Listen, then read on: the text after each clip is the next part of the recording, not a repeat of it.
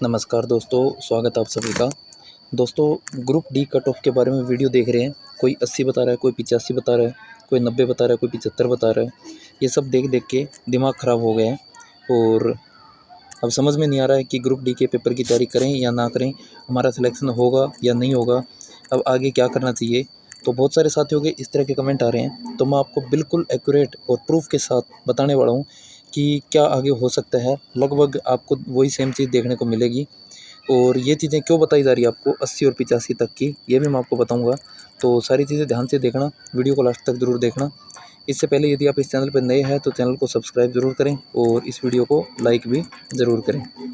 तो दोस्तों, शुरू कर लेते हैं आज की वीडियो।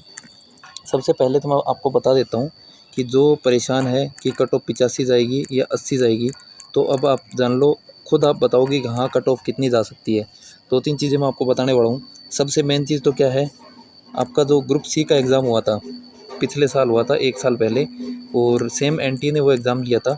अब कुछ साथी ये कह रहे हैं कि अगर ग्रुप सी की भर्ती हो जाती तो कट ऑफ है वो 65 चली जाती है, अदरवाइज़ तो 80 है। पहली चीज़ तो मैं आपको बता देता हूँ, ग्रुप सी वाले एग्ज़ाम में आप देखना, एक नंबर पे कम से कम 15-15, 20-20 हज़ार कैंडिडेट बैठे हैं। यदि कट ऑफ की बात करोगे, जैसे 56 ने बुलाया है, 67 और 68 नंबर में जैसे बुलाया गया है, तो यदि एक नंबर को कम कर रहे हैं तो सीधा सीधा क्या था,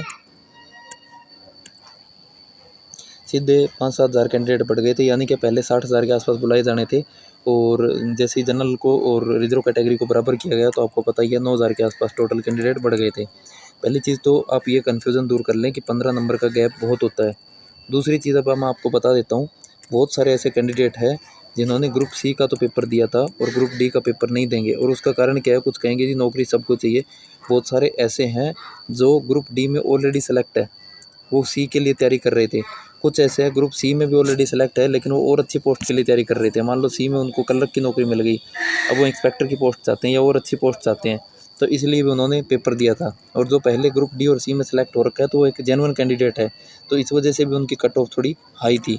अब क्या है, ग्रुप डी के लिए ऑलमोस्ट ऐसे कैंडिडेट है जिनका कहीं पे सिलेक्शन हो नहीं रखा है, तो इसमें घबराने की कोई ज़रूरत नहीं है। और दूसरी चीज़ ये भी बता देता हूँ मैं, 2018 के ग्रुप डी की बात करें या फिर पिछले साल के ग्रुप सी की बात करें, आप कट ऑफ के एक तो उसमें आइडिया लगा लेना। अब ये तो आप बोल दोगे कि बहुत पुराना टाइम की बात है, आप आ जाओ ग्रुप 56 और 57 का जो पेपर हुआ है उसके अंदर आपको पता है कि सीईटी मेंस का पेपर देने वाले थे, बिल्कुल टॉप के कैंडिडेट थे, क्रीम इन्होंने छान रखी थी, और फिर भी उनको पेपर के लिए बुलाया गया। तो उसमें क्या था, आपने देखा था कि उसमें लगभग 70-72 वालों कट ऑफ का आइडिया सभी दे रहे हैं। और चेयरमैन साहब का भी बयान आया था कि 90 नंबर से ऊपर सिर्फ 15 कैंडिडेट है ग्रुप 56 में, जिसमें आपने देखा है कि 41 क्वेश्चन रिपीट है, फिर भी सिर्फ 15 कैंडिडेट है जिनके नंबर 90 से ऊपर है। और यदि कट ऑफ की बात करें तो सभी यही बता रहे हैं कि 70 से 72 के बीच में, 70 से 72 75 है, तो उनका नंबर आराम से आ जाएगा।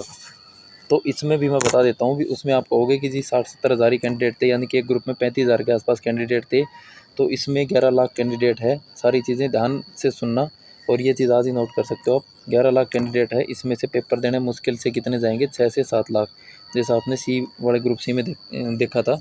और इसका कारण ये है कि एक तो 2 से 3 साल हो गए फार्म भरे हुए, कुछ सेलेक्ट भी हो गए, बहुत सारे कैंडिडेट जिन्होंने तैयारी भी छोड़ दी है, और बहुत सारे कैंडिडेट अभी भी इस कन्फ्यूज़न में है कि हमारा ग्रुप सी का पेपर क्वालिफाई नहीं हुआ तो हम ग्रुप डी पेपर नहीं दे सकते।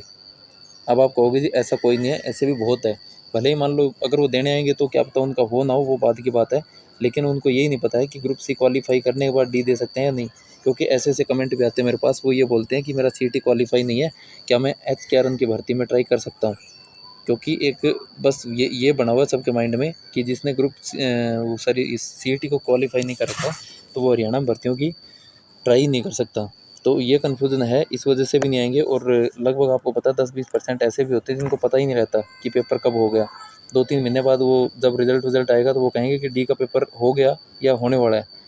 तो इस करके आपको पता है 5-6 लाख कैंडिडेट देंगे पेपर, और उसमें कट ऑफ है वो, जहाँ तक मुझे लगता है कि जो जितनी भी एजेंसी है पेपर बनाती है, आपने देखा है, चाहे एचएससी ने जितने पेपर लिए हैं, चाहे वो आउट ऑफ सिलेबस पेपर दे, चाहे जैसे भी दे, जैसे मान लो 25-30 हज़ार कैंडिडेट, 33-35 हज़ार, तो इन्होंने आसान लेवल दे दिया।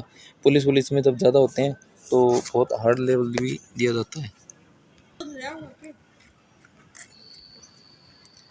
तो इसी प्रकार एनटीए भी एक बहुत अच्छी एजेंसी है, तो वो कट ऑफ को भी मेंटेन करेगी। ऐसा नहीं है कि आपको सीधा ही उठा के पेपर कुछ भी दे दिया और आप 80 से 90% मार्क के आ गए। उनको पता है कि नेगेटिव मार्किंग नहीं है और ये सारी चीज़ें हैं, तो वो क्या करते हैं 11 लाख कैंडिडेट के अनुसार ये देखेंगे कि 11 लाख का कंपटीशन है, तो उसके हिसाब से आपको पेपर देंगे।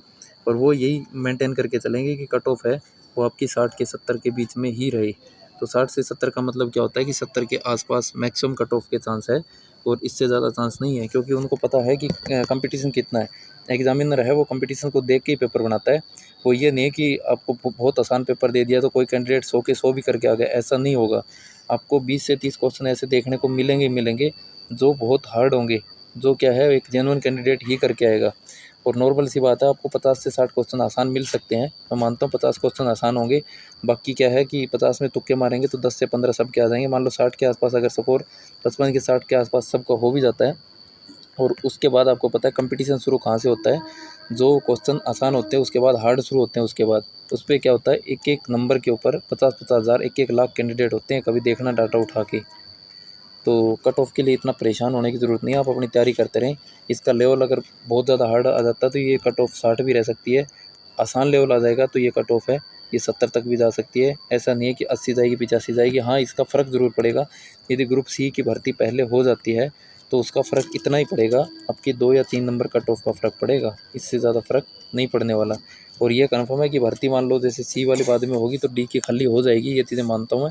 लेकिन जो अपनी तैयारी कर रहा है तो वो इस चीज़ को देख के अपनी तैयारी ना करें, छोड़ें, अपनी तैयारी को ना छोड़ें, डीमोटिवेट ना हों। इस वीडियो को बनाने का मेरा मकसद सिर्फ यही था। आपकी अपनी राय है वो भी आप कमेंट करके ज़रूर बताएं।